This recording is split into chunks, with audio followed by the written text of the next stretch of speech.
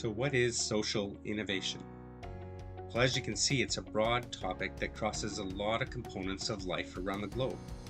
Now, basically, we think of social innovation in two streams. First of all, from a business perspective, it's about shifting what innovation means. So it's not about innovating internally for efficiency and productivity gains. It's about taking an external view of the why of an organization. It's about new ways of working, new business models, new organizational structures, new understanding of what success means. All things that create opportunity out of positive impact in the world. Now, from an institution perspective, it's about changing the way our institutions operate, like education and government. Recognizing that they're still running on over a century-old ideas and they need to innovate quickly to adapt to a new world so we can remain relevant on the global stage. So why is this important now? Well, the world is changing faster than ever before for a host of different reasons. From a huge increase in technological advancement, new business models, societal changes, and global changes. The level of change that we will endure in the next 10 years is not something humans have been prepared to handle. Since the beginning of time, much of our biology and internal chemistry focuses on risk aversion and avoiding change in the unknown. That's what kept us from being eaten by lions in the Serengeti.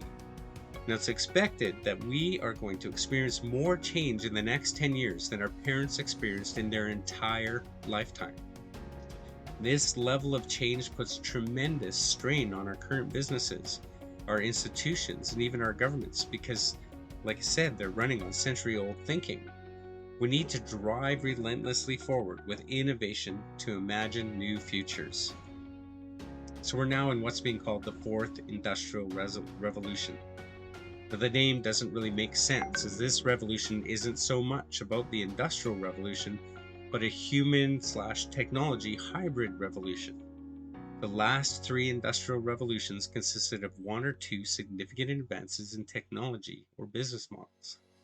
This time, we have more than 20 different technologies that are doubling in performance and cutting in half cost-wise every couple of years or so. Now, on top of that, the landscape of business is changing dramatically. So far, most of our businesses have been based on a scarcity model, meaning that if you had a scarce resource, it had value and you could profit from it. Now, technology is advancing to a point that is being democratized. Now, that means it's removing the entry barrier for new competitors, not only for big tech companies like Google and Apple and Amazon, but even for young people in developing nations and people working out of their garage. Innovators that are taking advantage of technology democratization aren't just applying the technology. They're applying the technology through new business models based on abundance rather than on scarcity, that leverage and manage that abundance. And we're going to see more and more industries having to move into this space if they want to thrive. Now, if this was just a bunch of exponential technology advancement happening all at once, it probably wouldn't be as big of a deal. The big deal comes when you realize that these technologies are cross-pollinating in ways that are difficult for us to imagine. As well, these technologies are likely not just disrupting our businesses. They're going to integrate with us as humans in a way that could fundamentally change humankind. Now, from a business perspective, this massive amount of disruption can be an extremely scary thing if you choose to ignore it and pretend nothing's changing. And right now, many of our most profitable industries are on the edge of being disrupted. They need to be reimagining their futures. Only by accepting that disruption is coming and innovating from a system-wide perspective, we'll be able to thrive, not just for our organizations, but for the whole of humanity. If we look at our institutions, they need innovation more than ever. Many of our current institutions were built over a century ago for a budding mass manufacturing society. Now, our schools are still using methods aimed at teaching our youth how to become cogs in an assembly line. But these jobs are gone or going, and they're going to be taken over by technology. And for the most part, our youth aren't really interested in that kind of work anyways. We need to rethink not just how we educate, but what we educate on. We need to instill innovation, adaptability, and imagination in our youth so they enter their careers with critical thinking skills, and the ability to learn and adapt quickly in line with a new rapid pace of change. We also have to reskill a lot of our current workers, and our education system is just not set up to do that. I mean, even our governments that have spent a fortune on what's called digital transformation are still using paper forms and accepting faxes as a viable form of communication. All they did was move what existed on paper into downloadable digital format. What we really need is transformation into new ways of working, new ways of interacting, new models of business, not just digital transformation. We need to be innovating the entire system. And for the government, that means going right back to the root of government's purpose, which is the well-being of society. Now, no business and no institution, even no government, is immune to the disruption coming. So we need to start rethinking our organizations for an entirely different world. And we need to start now. So how much could really change in 20 years? Well, this is a picture of a typical office 20 years ago. And this is that office today. Almost every aspect of that office has been demonetized and democratized and put into our computers or our phones. Now we can do everything that was done in that office from anywhere. And to be honest, which we're finding with COVID, we don't even need the office anymore. So clearly COVID is an accelerator of this pace of change. Even though we're meeting less in person and there's less travel, the world's gotten even smaller. It's the new normal to work across the globe in ways that was just never accepted before, although it was possible with the technology. The problem for us is it appears to be accelerating the pace of innovation and change adoption way faster in developing countries than it is in ours. And it has nothing to do with technology. It's due to very different mindsets. Technology is just an enabler. And you can't innovate without adopting new processes and shifting the mindsets of your people. Now, every organization has an immune system. It's great for any organization that's operating in a localized and static system within a scarcity environment, but that's not the world we live in anymore. This applies equally to corporations, institutions, governments, even small family businesses. Our organizations have thrived for so long on these scarcity business models that the organizational immune system has become an immunodeficiency syndrome. Many organizations have difficulty implementing anything really innovative because they aren't taking into account that change comes through people, processes, and technology in that order of importance. In developing countries, they aren't mired down by a long history of prosperity and huge investments in maintenance of existing infrastructure and assets. Their people are more open to innovating because they need to, out of necessity. If you want to implement any real change, it starts with your people. And if you want to bring your people along, you need to have a compelling reason for them to move. Now, this starts with something we call a massive transformative purpose, or MTP, and a vision for the future. Now, all of the top organizations in the world have an MTP, and through that MTP, they build a community of people around that MTP. Now, this goes beyond just staff into customers and communities of individuals that want to be part of bringing that purpose to fruition. Now, an MTP isn't about your organization, it's about the impact your organization has on its community, whether that be global or local.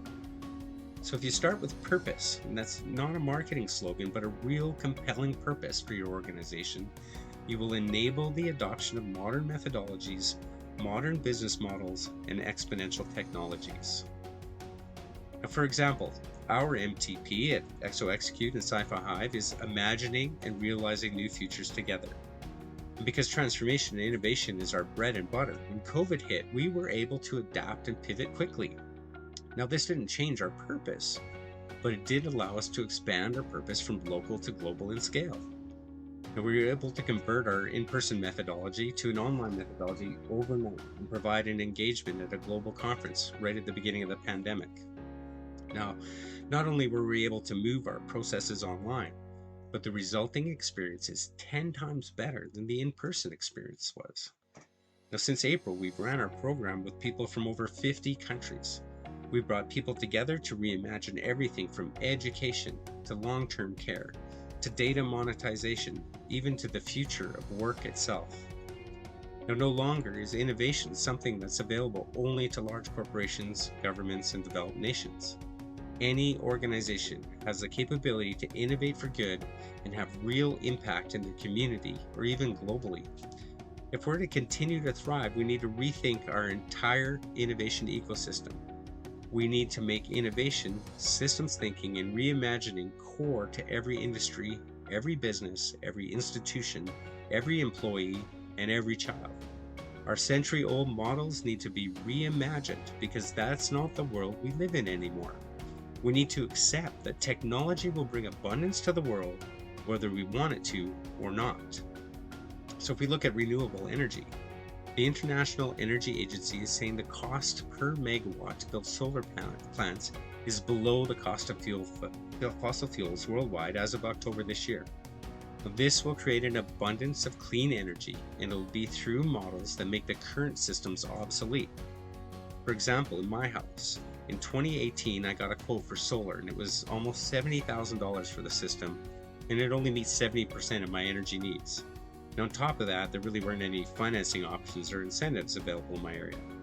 Now, I just got a quote a few days ago, and I can now get a system that meets 80% of my energy needs, and the price is less than a half of what it was just 2 years ago. It's down to $26,000. And it won't be long before energy production is demonetized, and the current energy business models will start to fail. Instead, we need to look at where we can innovate from a social perspective. How do you change your model from selling a scarce resource to ensuring everyone has access to an abundant resource? Rather than fight the change, look for the opportunity in it. Once the resource is abundant, then you need to look at innovative business models to increase storage, transmission, and resiliency.